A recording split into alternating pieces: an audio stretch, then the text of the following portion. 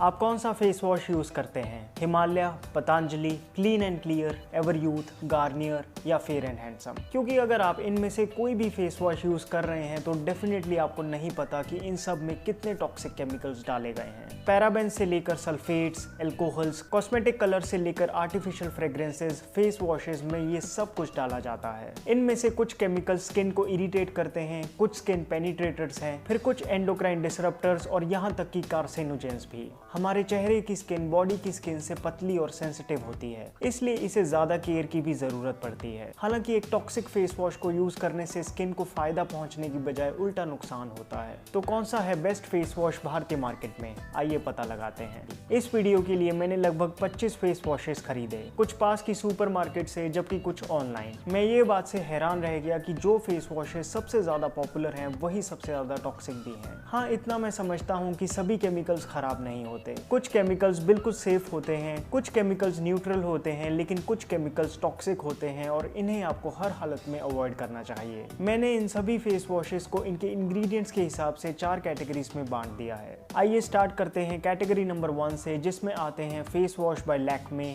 Piers, Nivea, Ever Youth, ही, Joy, Fair and Handsome, जिनमें 10 से भी ज्यादा टॉक्सिक केमिकल्स हैं। मेरे हिसाब से ये फेस वॉश वर्स्ट हैं भारतीय मार्केट में। जो भी हार्मफुल केमिकल्स हैं वो इन सब में डाले गए हैं, फिर चाहे वो पैराबेन्स हो, सल्फेट्स, एल्कोहल, आर्टिफिशियल कलर या फ्रेग्रेंस। इस बात का बड़ा दुख होता है कि जिन ब्रांड्स को हमने सबसे ज्यादा ट्रस्ट किया वही हमारी स्किन को सबसे ज्यादा नुकसान पहुंचा रहे हैं। एमवे का ये एटीट्यूड फेस वॉश भले ही बी ब्राइट का दावा करता हो, लेकिन इसके हार्श केमिकल्स की लिस्ट देखकर आपके चेहरे का रंग ही उड़ जाएगा। दोस्तों, मैं इतना ही कहूंगा कि अगर आप इनमें से कोई भी फेस वॉश यूज कर रहे हैं तो उसे प्लीज चेंज कर दें। अब बात करते हैं कैटेगरी नंबर 2 की, जिसमें आते हैं face wash by Garnier Men, Fair and Lovely, Pond's, Clean and Clear और एक्स मेन। ये सभी फेस वॉश कैटेगरी 1 से थोड़े से बेटर हैं, लेकिन फिर भी टॉक्सिक ही हैं। हाँ, इनमें भले ही सल्फेट्स ना हो, लेकिन फिर भी काफी टॉक्सिक केमिकल्स हैं और साथ में आर्टिफिशियल फ्रेग्रेंसेस और कॉस्मेटिक कलर्स भी। अब बात करते हैं कैटेगरी नंबर 3 की, जो अपने आप में ही अनोखी है। इसमें आते हैं फेस वॉश बाय आयुष,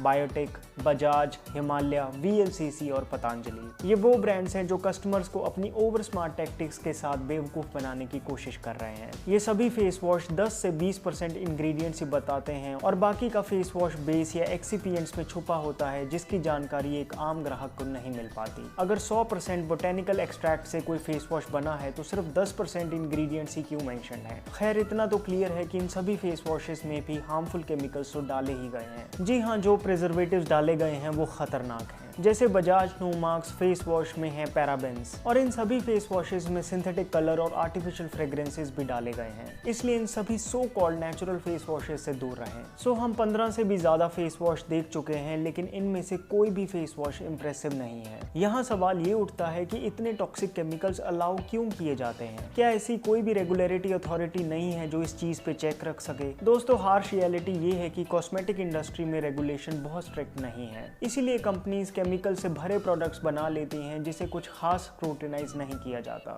और हाँ, अगर आप सोच रहे हैं कि ये कंपनियां ये टॉक्सिक केमिकल प्रोडक्ट्स ही क्यों बनाती हैं, तो इसके 2 सिंपल कारण हैं। पहला है पैसा। जी हाँ, टॉक्सिक केमिकल्स बहुत सस्ते पड़ते हैं और क्योंकि एक आम ग्राहक को इस बात की ज्यादा जानकारी नहीं होती, इसलिए ये कंपनियां बच निकलती हैं। और दूसरा कारण ये है कि नेचुरल इंग्रेडिएंट्स को यूज करने में ज्यादा मेहनत भी लगती है। खैर, तो क्या कोई ऐसा फेस वॉश भारतीय मार्केट में है जो 100% सेफ हो, जिसे रोज यूज किया जा सके बिना किसी साइड इफेक्ट